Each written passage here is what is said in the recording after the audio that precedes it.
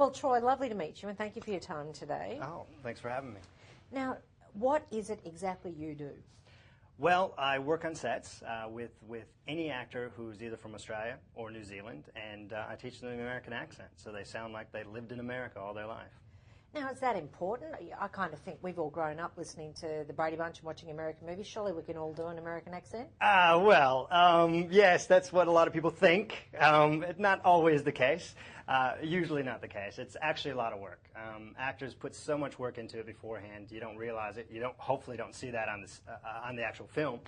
Yeah, no, there's a lot of work behind it, and it does help that you guys have grown up on a lot of American television, but it doesn't mean that you can actually kind of bang on an American accent right away. So, where do you begin when you've been handed an actor? How do you start?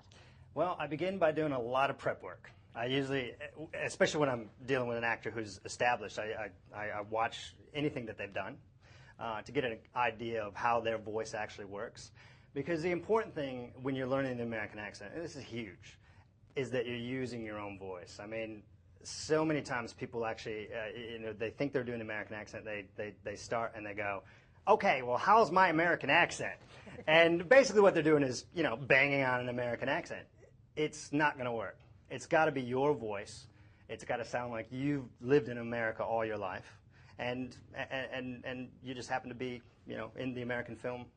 Well, like I said, I watched a lot of his other films just to see how his accent works and so forth. Then I break down the entire script phonetically, changing the emphasis and stress of syllables and all of those things that make the American sound what it is versus the Australian sound, or in Sam Neill's case, the Australian. I believe he has a little Welsh background as well, so he's got a bit of a different voice. And so Kiwi? There's Kiwi in there as well. Yeah, absolutely. Although he's not got so much of the Kiwi sound in him anymore. But yeah, so listening to his voice and then breaking down the script, being ready. When you're working with Sam Neill, you got to be ready. And then once we sit down together, we start talking about the emphasis of the words, and we start talking about the stress of syllables, and then we just kind of go through the process of working the accent. But at no point are you putting on an accent. It's just really just about finding the rhythm of the American sound and making sure you're saying the words correctly. One of the toughest words in that movie, Daybreakers, that we worked on, and it wasn't just Sam Neill, it was all of them.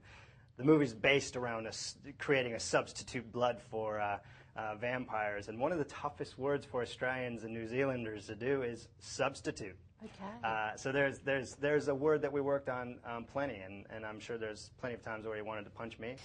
We as Australians are a finicky bunch, and we get particularly annoyed when Australians have gone over to America and we see them giving television interviews as themselves, still using an American accent.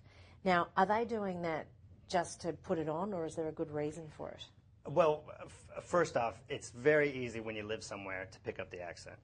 I have Australian in my accent. When I call home, people go, God, you sound so Australian. And the word Australian, I do say Australian. I wouldn't get too upset about them, because what they're doing, they're living over there, they're picking up the accent, and it helps them actually in the industry. Because if you can think about if you were going to an audition, if you were the person casting, if you had two people that were very equal, and one's from Australia and one's from America, you probably would go with the one from America, because you don't want to take the chance that they're going to mess up their accent.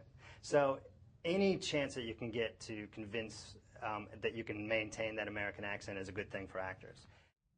But surely it can't be all that hard, given how many Aussies are making their living speaking with an American accent. I think the real challenge is coming the other way and getting Americans to do a decent Australian